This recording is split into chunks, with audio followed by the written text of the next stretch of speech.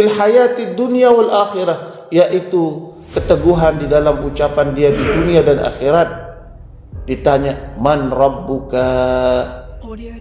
Dalam Al-Quran, ketika kita ditanya siapa Tuhan kita, maka Allah menyebutkan zalikumullahu rabbukum.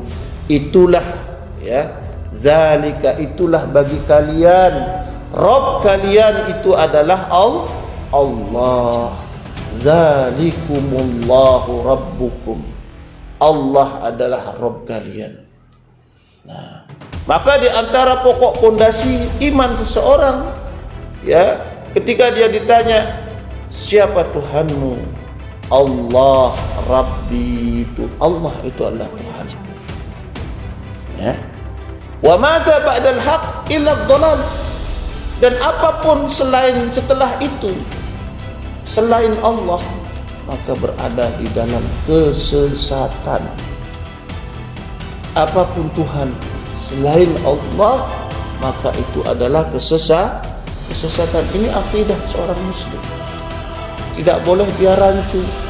Misalnya mengatakan, oh, semua agama sama baik, semua agama sama benar, semua Tuhan juga baik. Nah, tidak boleh. Ya, karena Allah dalam Al-Quran dengan tegas mengatakan, wa maza ba'dal haqqi illa dhalal. Dan apapun setelah al-haq, kebenaran Allah, maka itu adalah kesesatan.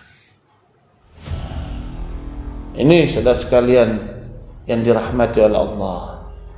Nah, ya, azab kubur, kita berlindung kepada Allah. Dan bapak-bapak sekalian semuanya harus hafal doa ini.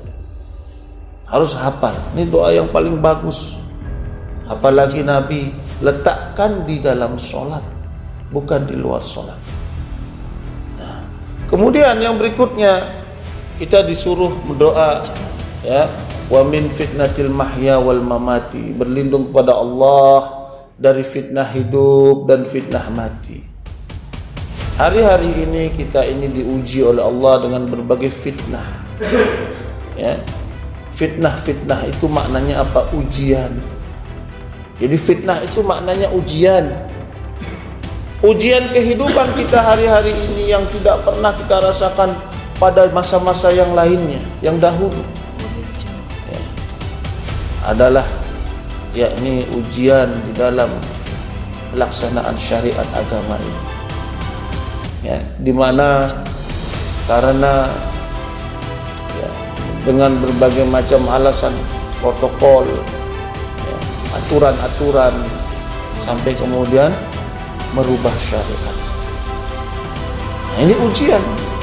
Ya, maka bagi orang-orang beriman, dia akan mendahulukan syariat daripada urusan-urusan yang lainnya. Syariat itu diletakkan nomor satu bagi dia. Karena apa? Karena apapun yang datangnya dari Allah mesti kebenaran dan kebaikan. Ya. Apapun yang datangnya dari Rasulullah SAW mesti kebenaran dan kebaikan. Tidak ada keburukan yang datangnya dari Allah dan Rasulnya. Nah, ini apalagi perintah Allah dalam melaksanakan solat Jumat misalnya, maka dia harus selalu mendahulukan itu, kecuali uzur syar'i yang menghalangi dia untuk tidak, atau diberikan keringanan bagi dia untuk tidak sholat. Ya, kecuali uzur syar'i. Maka bila kita lihat misalnya syarat sholat Jumat itu ada 4. 1, laki-laki ke masjid sholat Jumat. Perempuan boleh dia tidak sholat Jumat. Yang kedua, sehat.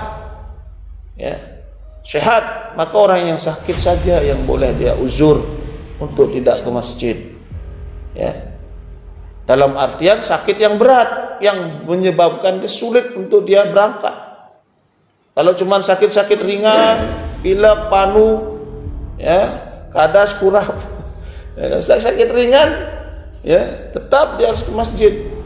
Walau sholatnya dengan duduk, nah, tetap dia ke masjid.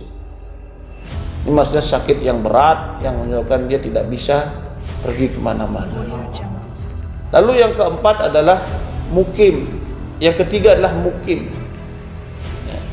Maka orang yang sedang dalam keadaan mukim, berdiam diri di rumahnya, wajib bagi dia untuk sholat ke masjid. Nah, sementara bagi orang yang safar diberikan keringanan.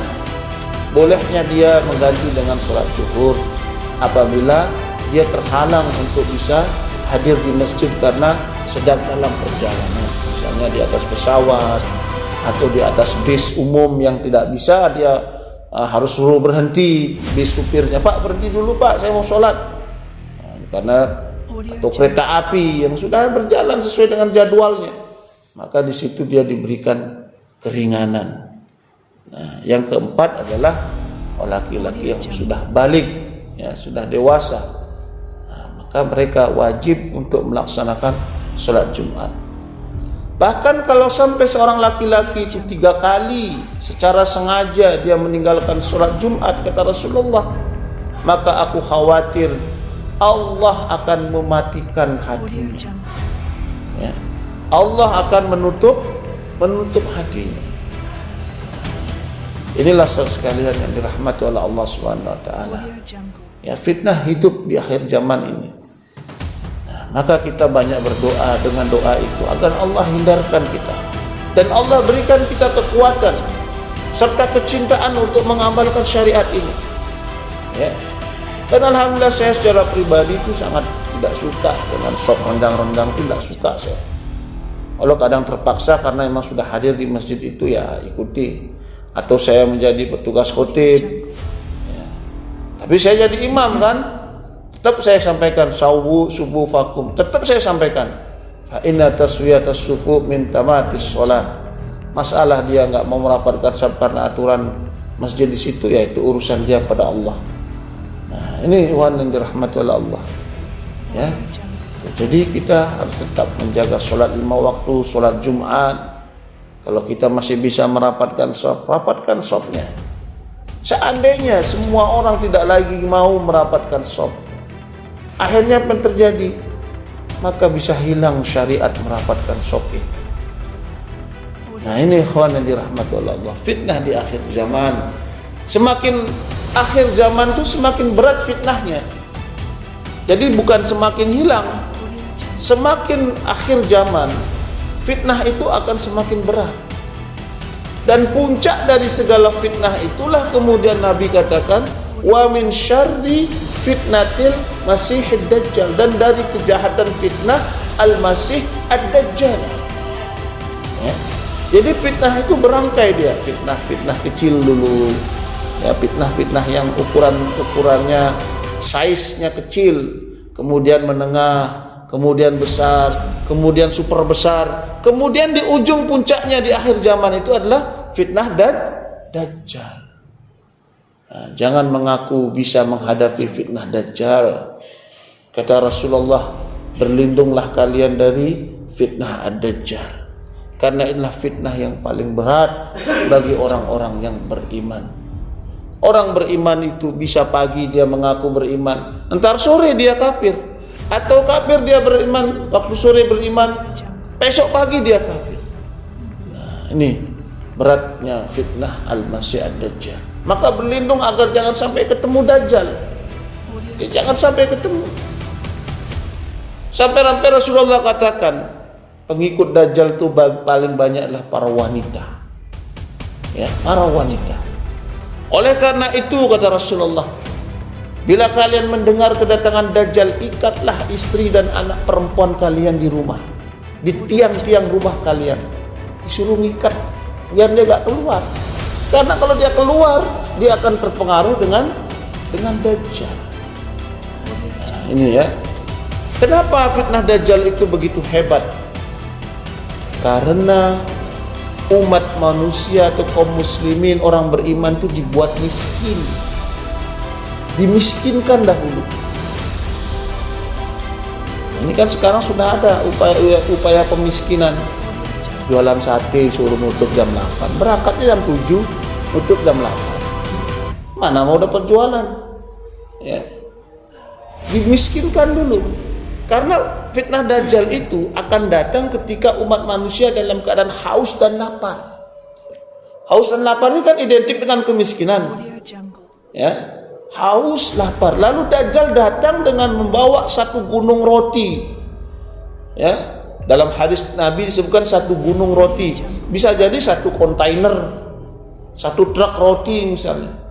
Ya, atau satu tangki air. Ketika orang lapar, ketika orang haus, dibawakan roti, dibawakan air, siapa yang tidak tergiur? Ayo, siapa tidak tergiur? Maka untuk mempengaruhi, ya, untuk mempengaruhi massa itu biar mudah dikelabui dan digerakkan, itu akan ada upaya-upaya kemiskinan. Dibuat miskin dulu, baru ditawarkan. Orang kalau sudah nggak punya apa-apa, ditawarkan sesuatu, mesti dia akan menerima. Nah ini. Tapi kalau orang kaya misalnya banyak duit, motornya ditawar mahal aja, apa kata dia? Acang sing perlu pis, sing kadep. Nah gitu dia. Coba kalau dia nggak punya duit, ya untuk makan sulit, motornya ditawar murah pun dia dikasih.